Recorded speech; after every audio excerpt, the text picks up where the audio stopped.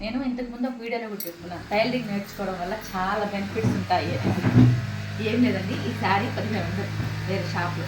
దీంట్లో చిన్న మిస్టేక్ జరిగిందండి. ఏం లేదు, పైట వచ్చింది కదా, ఇక్కడ చూడండి, పైట ఈ కలర్ వచ్చింది, ఇది పైట వచ్చింది, ఇది పైట. ఓపెన్ చేసి చూస్తా, ఇట్లా చూస్తే అర్థం కాదేమో బహుశా. ఇది పైట వచ్చిందండి, ఇది పైట వచ్చింది కదా, ఇదంతా వచ్చి శారీ, ఇదంతా శారీ వచ్చింది.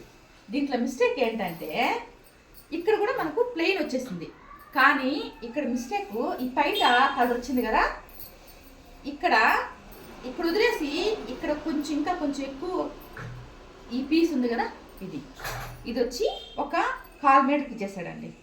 1/4 మీటర్కి ఈ పీస్ వచ్చేసింది. తర్వాత ఈ జాకెట్ ముక్క ఒక 1/4 మీటర్ వదిలేశాడు. అంటే ఇప్పుడు మనం ఇక్కడ వరకు కట్ చేసుకున్నామనుకో చీరలో పీసు, చీర చిన్నదైపోతుంది. అట్లా కాదంటే జాకెట్ ఇట్లా అడ్జస్ట్ చేసి ఎవరు ఆలోచించలేరు. ఈ చీర దాదాపు షాప్ వాళ్ళ దగ్గర ఒక 1 year 1.5 year ఉండిపోయింది. నేను వెళ్ళి చూస్తే కలర్ కాంబినేషన్ బాగుందే, ఏంది దీంట్లో అని చూస్తే అక్క లేదు, ఇది ఇట్లా చిన్న మిస్టేక్ అయిపోయింది అని చెప్పింది. సరే మా నాకు పడ్డా రేట్ ఇచ్చేస్తానక్క, నాకు 800 పడి 800కి ఇస్తానని చెప్తే, అలా కాదు నాకు 500కి అని చెప్పాను. ఆ అమ్మాయి అంత ఆలోచించలేదు. సరే షాప్ నుంచి పీస్ వెళ్ళిపోతే చాలా అనుకున్నాను.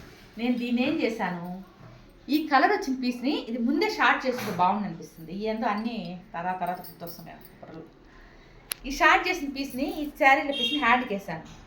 ఈ పీస్, ఈ ప్లెయిన్ వచ్చిన పీస్ని బాడీకి వేసుకున్నాను.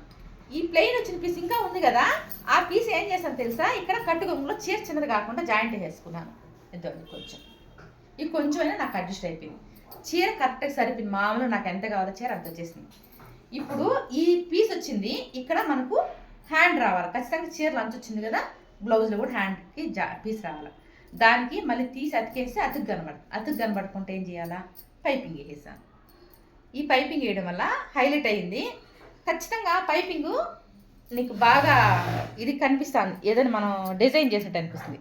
నేను చేసిన దీంట్లో తెంగర పని ఏంటి, అతుకు కనబడుకుంటుండడం కోసం పైపింగ్ వేస్తాను. కానీ ఇది ఏమైంది, హైలైట్ అయిపోయింది.